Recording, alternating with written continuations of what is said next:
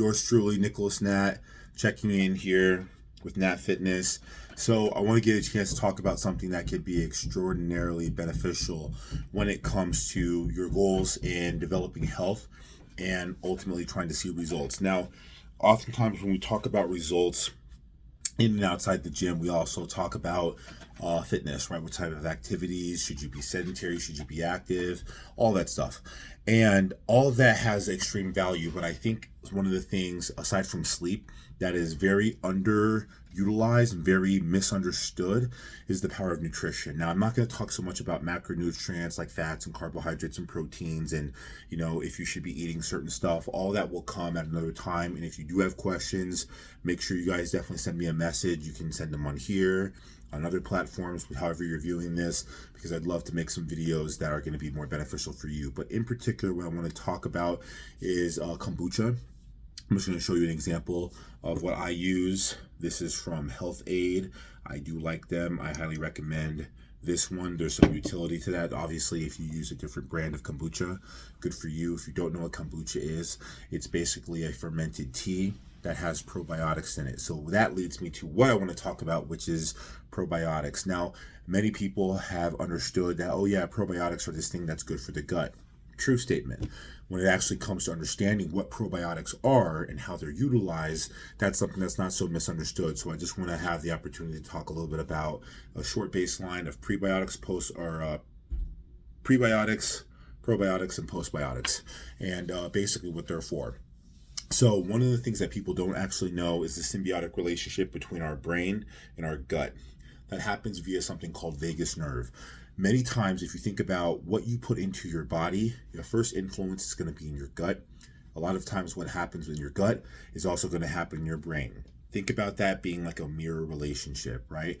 So if I go out and I eat something that's super highly nutrient dense, it's good for my body, it's going to have a good impact on my brain. If I go out and I eat something that's very toxic, or I live a very inflamed or volatile lifestyle, that also is going to impact my brain, and it's going to affect the way my brain works. So the first thing I take away from that is that drinking things like kombucha definitely help promote the good aggregation, which is the coming together of microorganisms, also known as bacteria, and probiotics are just that.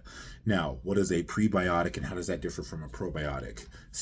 Many times they're fibrous foods, but the short story is that these are the pre-foods that probiotics will actually eat in order to do what it is they do. Postbiotics, what are they?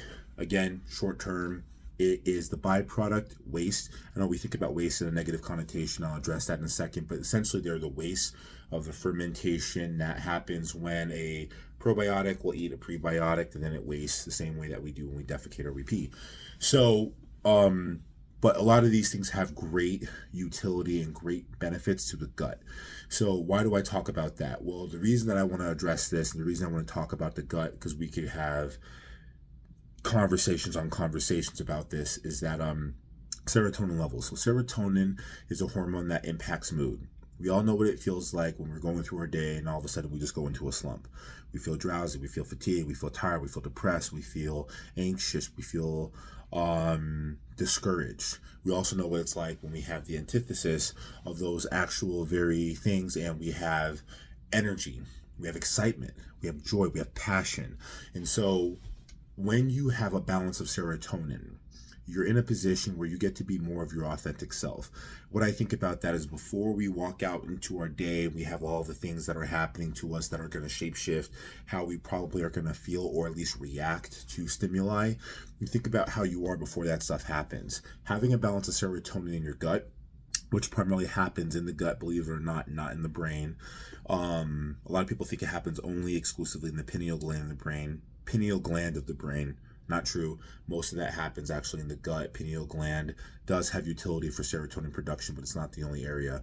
And so making sure that you are very consistent with the foods that you're eating that are very dense, that have good aggregation and good promotion of good gut bacteria, is going to make a world of difference in your energy, and ultimately it's going to curate a good relationship between your gut and brain. That's going to change the way you're going to feel. It's going to change the things that you do.